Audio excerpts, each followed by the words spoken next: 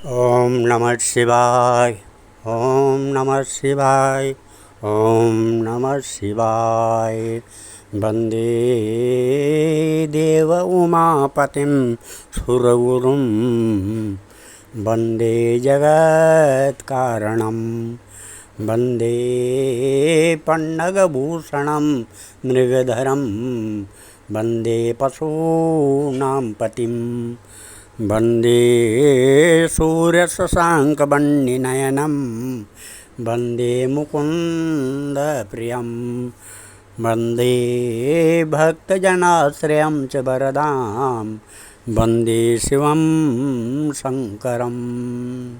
कंठे यस्य विराजते च गरलं गंगाजले मस्तके वामांगे गिरिराजराजतनया जाया भवानी सती नंदीस्कंदगणनाथ सहितं श्रीकेदारनाथं विभो श्रीकेदारांचल संस्थितो हि सततं कुर्यात् सदा मंगलम्।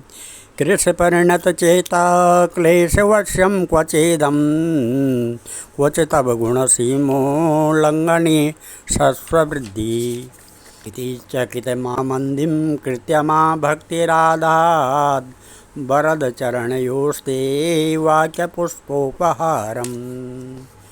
ओम नमः शिवाय। ओम नमः शिवाय। भगवान शंकर के चरण कमलों में नतमस्तक होकर के हम श्री शिव महापुराण कोटि रुद्र संहिता 7वें खंड के 6वें अध्याय की कथा कहते हैं। इसमें हिमांचल की पत्नी मेनका का शिवजी से वरदान प्राप्त करना। श्री ब्रह्मा जी बोले, है नारद, भगवान सदा शिवजी से वरदान प्राप्त करके हिमांचल की पत्नी मेनका प्रसन्नचित्त होकर लौटी। कुछ दिनों के पश्चात उसके यहाँ भगवती जगदम्बा की दिए गए वरदान के अनुसार 1000 पुत्र उत्पन्न हुए। उनके नाम मेनका तथा क्रौंच आदि थे। उनके शरीर बड़े लंबे तथा बलवान थे। इन पुत्रों के जन्म पर हिमांचल नगर में बड़े भारी उत्सव मनाए गए। ब्राह्मणों को बहुत सा धन दान में दिया गया। इसके पश्चात महाराज हिमांचल का कार्य सिद्ध करने के लिए भगवती सती हिमांचल के हृदय में प्रविष्ट हो गई। उस तेज को शुभ मुहूर्त में मेनका को दान कर दिया।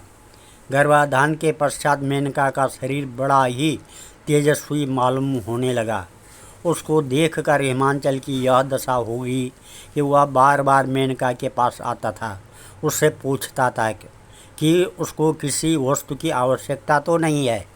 मेनका लज्जित होकर कुछ उत्तर न देती। गर्भावस्था के संस्कारों को हिमांचल ने बड़ी धूमधाम के साथ मनाया। उस समय भगवान श्री विष्णु ने अन्य देवताओं सहित मेनका के गर्भ में प्रविष्ट होकर भवानी की स्तुति की।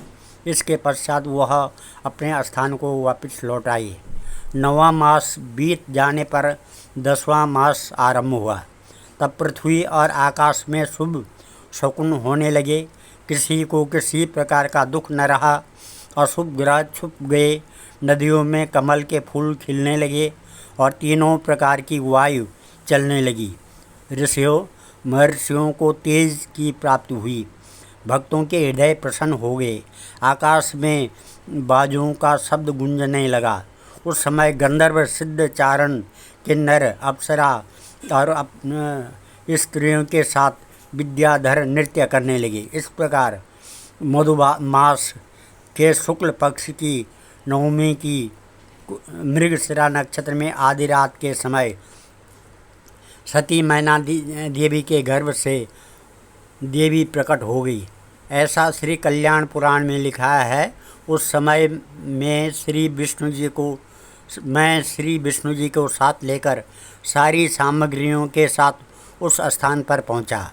विविध प्रकार के बाजे बजने लगे और आकाश में पुष्प वर्षा होने लगी। सभी लोगों ने अपने बुद्धि के अनुसार सती शिवा की स्तुति की। देवताओं ने कहा, मातेश्वरी परमेश्वरी, आप जगत माता और हमारे कष्टों को हरने वाली हैं। आप हमारी इच्छाओं को जानती हैं। आप आदि शक्ति हैं। ब्रह्मा विष्णु शिव भी आपके पुत्र कहे हैं। तीनों गुण आप में व्याप्त हैं। आप ब्रह्म स्वरूप सर्वव्यापक हैं। वेद आपकी महिमा का वर्णन करते हैं, लेकिन वह भी आपका पार नहीं पाते। नारद सारद सुख और सनकादिक अधिक बोलने वाले हैं, लेकिन वह भी आपका संक्षिप्त सा हाल ही वर्णन कर सकते हैं।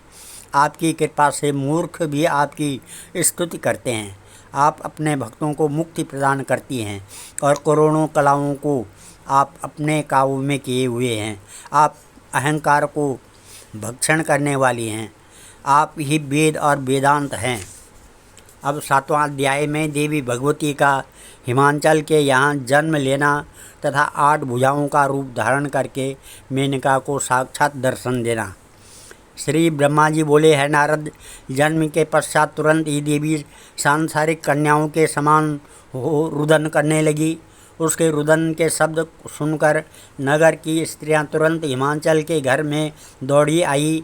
हिमांचल अपने यहाँ देवी का अवतार लेने के संबंध में सुनकर अत्यंत आनंदित होकर अपने महल में पहुँचे। उन्होंने बड़ी धूमधाम से जन्मोत्सव मनाया। उस समय आदि शक्ति ने 8 भुजाओं वाला रूप धारण करके मेनका को साक्षात दर्शन दिए। उनके सिर पर चंद्रमा का मुकुट था, जो मरकत मणि के समान कांति वाली अपनी 8 भुजाओं में शंख चक्र धनुष और बाण इत्यादि धारण किए हुए थी, जिनके भिन्न भिन्न अंगों में बांधे हुए बाजूबंद हार कंकण खनखनाती हुई करधनी और झुनझुन करते नूपुरों से विभूषित थे तथा कानों में रत्न जड़ित कुंडल झिलमिला रहे थे। उस समय मेनका ने देवी की स्तुति करते हुए कहा, है भगवती, आपने बड़ी कृपा की जो मेरे घर में जन्म लिया है। इस समय आपका जो स्वरूप है वह सदा मेरे मन में स्थित रहेगा। अब आप बाल स्वरूप बनकर मेरे लिए सुख प्रदान कीजिए। यह सुनकर महामाया ने कहा, मैंने यह स्वरूप इसलिए धारण किया है कि तुमको किसी प्रकार की कोई शंका न रहे, क्योंकि वरदान देते समय तुमने मेरा यही स्वरूप देखा था। इतना कहकर देवी ने पुनः बाल रूप धारण कर लिया और रोने लगी। महाराजा हिमांचल ने विधिपूर्वक देवी का जात कर्म किया, फिर ब्राह्मणों को जी खोल कर दान दिया, याचकों को मुँह मांगी वस्तुएं देकर विदा किया। फिर शुभ मुहूर्त में कन्या का नामकरण संस्कार हुआ। ऋषियों महर्षियों ने तारा, महाविद्या, कांति आदि अनेकों नाम बताए। हिमांचल के महल में देवी चांद के समान बढ़ने लगी। महाराजा हिमांचल के यहाँ और भी संतानें थी, मगर वह सबसे अधिक प्रेम गिरिजा से ही करते थे। गिरिजा अब साधारण सांसारिक कन्याओं के समान आहार व्यवहार करने लगी। उन्होंने अपना प्रभाव छिपा लिया। वह अब सहेलियों के साथ खेलती, सखियों के साथ गेंद खेलती। तनिक बड़ी होकर वह कौड़ियों के खेलने लगी और सुरमरी में जाकर जल क्रीड़ा भी करती। संसार प्रार्थनानुसार उन्होंने अब विद्या अध्ययन भी आरंभ कर दिया था। और गिरिजा के सुंदरता का वर्णन है। श्री ब्रह्मा जी बोले, है नारद, गिरिजा की सुंदरता का क्या कहना है। उनके सौंदर्य को देखकर चंद्रमा भी लज्जा जाते थे। गिरिजा की आंखें देखकर हिरण बड़े प्रसन्न होते थे। उनकी वाणी सुनकर कोकिलादिक ने अपनी आवाज़ के अहंकार का त्याग कर दिया था। ऐसा जान पड़ता था कि जैसे कि मैं ब्रह्मा जी ने अपनी समस्त कला गिरिजा के स्वरूप में डाल दी हो। जब लक्ष्मी को भगवान विष्णु ने समुद्र में से निकाला था, उनकी उपमा भी गिरिजा को देते हुए लज्जा अनुभव होती थी।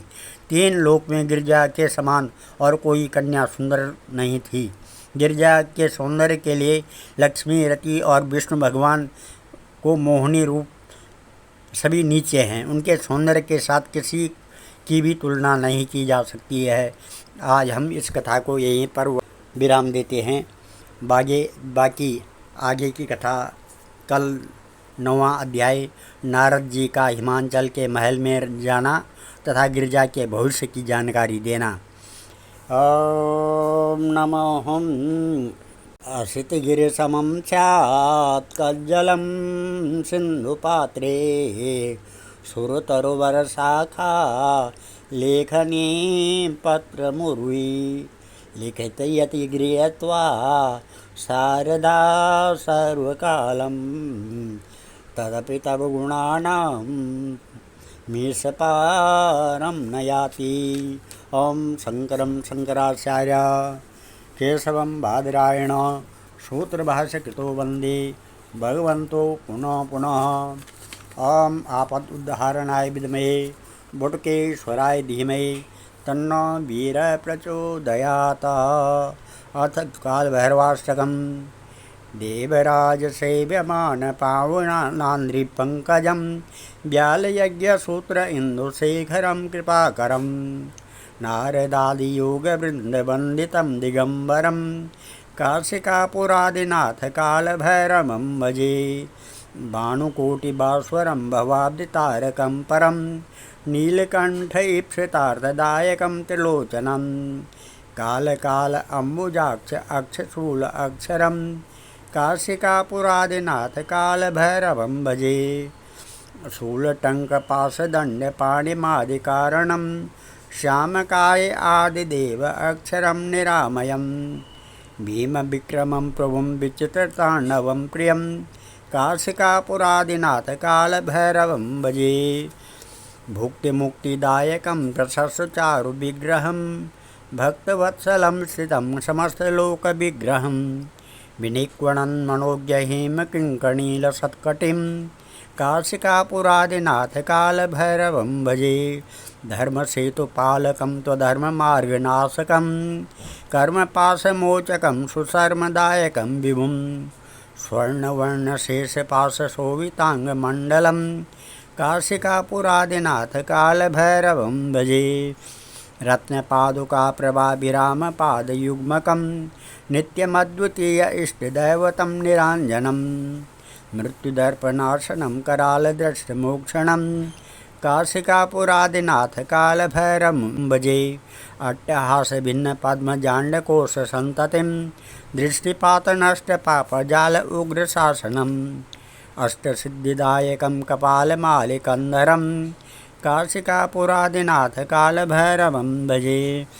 भूतसङ्गनायकं विशालकीर्तिदायकं काशीवासिलोकपुण्यपापशोधकं विभुं नीतिमार्गकोविदं पुरातनं जगत्पतिं काशिकापुरादिनाथ कालभैरवं भजे।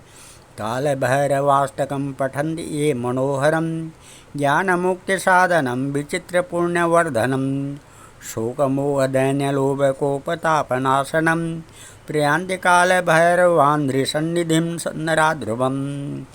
ओम नमः आपदुद्धारणाय विद्महे बुटकेश्वराय धीमहि तन्नो वीर प्रचोदयात्। श्रीमद्शंकराचार्य विरचितं कालभैरवाष्टकं शंकरार्पणमस्तु। सर्वे भवन्तु सुखिनः, सर्वे सन्तु निरामया, सर्वे भद्राणि पश्यन्तु, मा कश्चित् दुःखभाग् भवेत्। ओम नारायणाय नमः, गोविंदाय नमः, वासुदेवाय नमः। ओम नमः शिवाय नमः नमः।